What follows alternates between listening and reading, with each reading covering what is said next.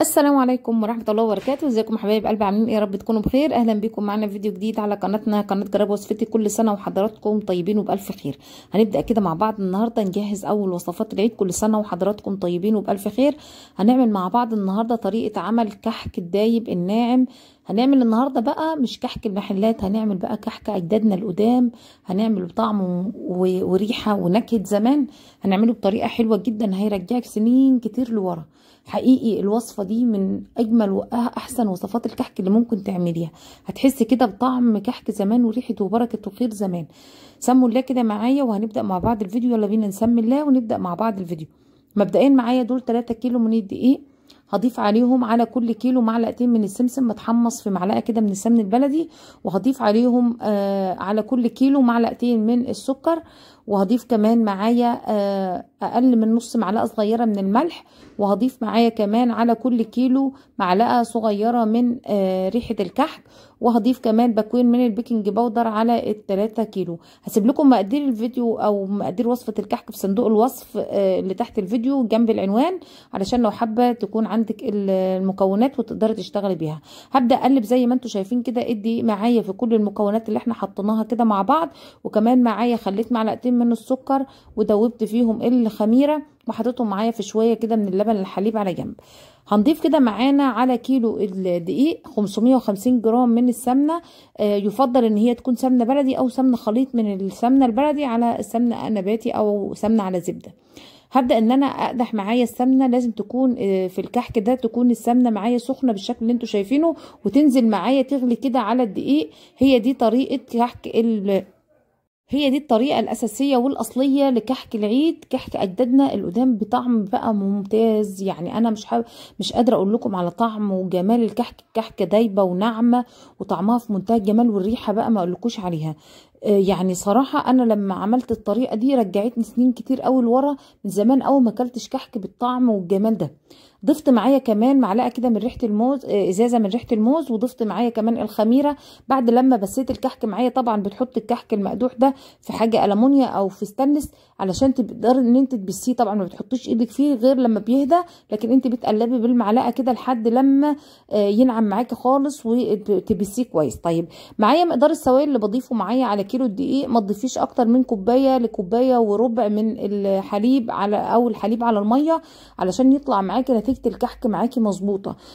ما تزوديش السوائل على الكحك عشان ما تقلبش معاكي زي القرص. انا عايزه الكحكايه معايا تكون ناعمه ودايبه وطعمها حلو، وكمان تطلع معايا كده زي طعم الكحك اللي انت بتدوقيه الدايب خالص ده. ببدا ان انا اعمل معايا اضيف معايا اللبن على الميه. وابدا ان انا الم معايا عجينه الكحك كده. عجينه الكحك ما بتتعجنش زي القرص يا جماعه. العجينه بتتلم معايا بصوابع ايديا كده، او ببدا ان انا افتح العجينه بالشكل اللي انتوا شايفينه ده. طبعا لازم تاخدي بالك جدا وانت بتعجني العجينه. طبعا انت هقول لك كده على القوام المظبوط اللي ازاي تقدري توصلي بيه للعجينه المظبوطه، وتعرفي ان كده السوائل خلاص بقت معايا كده تمام، ما بقتش كده محتاجه معايا. لما اخد الكحكايه كده واضغط عليها بالشكل اللي انتوا شايفينه وتطلع معايا من غير اي تشققات كده. وكمان بختبرها كمان بالمنقاش اللي في ايدي، بنقش بيها كحكايه وبشوفها الكحكه كده مظبوطه، النقشه مظبوطه، ما قطعتش معايا خلاص. يبقى انا كده توكلت على الله واطمئنيت ان هو مش محتاج اي سوائل معايا. هنقول مع بعض واحنا شغالين تسويه الكحك وازاي اوصل للتسويه ودرجه الحراره المظبوطه اللي هسوي عليها كحك المقدوح. زي ما انتم شايفين الكحك تقدري ان انت تعمليه بالبصمه وتقدري ان انت تعمليه بالمنقاش، يعني متاح ليكي الاثنين. زي ما انتم شايفين النقشه بسم الله ما شاء الله، والمنقاش ماشي معايا في العجينه، مش مقطع معايا ولا اي حاجه. زي ما انتم شايفين طبعا الكحك ده هنسيبه معانا 5 دقايق بس كده يرتاح، وبعد كده هبدا ان انا انقش الكحك كله. الكحك ده طبعا بيكون معايا في خميره، فلازم اسيبه معايا يرتاح ويخمر زي الكحك بتاع زمان غير كحك المحلات. هسيب لكم لينك فيديو كحك المحلات لو انتوا حابين تعملوه. طعمه برضو كان في منتهى الجمال، لكن الكحك التاني بيختلف عن الكحك ده لانه ده بيكون مضاف عليه بودر بس من غير خميره، فبسوي على طول. لكن الكحك اللي مضاف عليه خميره لازم تسيبيه معاكي لما يختمر علشان تقدري توصلي للدرجه التسويه المظبوطه ويطلع معاكي كمان تسويته حلوه. زي ما انتوا شايفين اخدت معايا الكحك بالشكل بالشكل اللي انتوا شايفينه، ونقشته بالشكل ده، وهبدا ان انا اجهزه معايا وارصه على الصواني او على السجان. الكحك بيكون على صواني مش مضاف اليها اي ماده دهنيه خالص، الصينيه زي ما هي كده مش ممسوحه. ببدا ان انا ارص الكحك وبسيب بينه مسافات بسيطه. طيب جينا كده لدرجه تسويه الفرن. اشغل الفرن على درجه حراره ايه لتسويه الكحك يا جماعه. الكحك ده بيتسوى على درجه حراره 170 ل 180 على حسب بقى الفرن معاكي. اهم حاجه عندي ان الفرن معايا يكون هادي علشان الكحك معايا يستوي كويس، ما يتسلقش معايا من النص. لا، انا عايزه الكحكايه معايا تستوي وتاخد لون من فوق ومن تحت. ميزه الكحك المقدوح يا جماعه ان الملبن فيه بيكون ناعم وبيكون طري خالص، وطبعا بيستوي بسرعه عن كحك المحلات، فبتطلع معاكي الكحكايه من جوه يعني مستويه وحلوه. وكمان الكحك الملبن اللي فيها بيكون دايب وناعم وسايح كده، ما هوش ناشف معاكي في التسويه.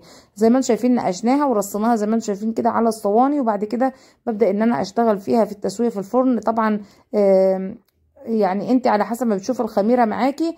انا بضيف معايا على الكحك ده معلقه صغيره من الخميره على الكيلو، وبعد كده بسيبه طبعا يختمر، وبكون من البيكنج باودر زي ما قلنا مع بعض. دي درجه تسويه الكحك يا جماعه، عشان ياخد لون معاكي من فوق ومن تحت ويبقى درجه تسويته مظبوطه. بتلف معاكي الصينيه كويس لحد لما يوصل لدرجه التسويه اللي انت شايفاها واللون اللي انت شايفاه. ده كانت طريقه الكحك معانا. بتمنى ان هي تعجبكم، بتمنى لو عجبكم الفيديو ما تنسوش اللايك والاشتراك في القناه وتفعيل زر الجرس عشان يوصلكم كل جديد من فيديوهاتي. وبتمنى تكتبوا لي تحت في الكومنتات لو عندكم اي تعليق او استفسار بخصوصه.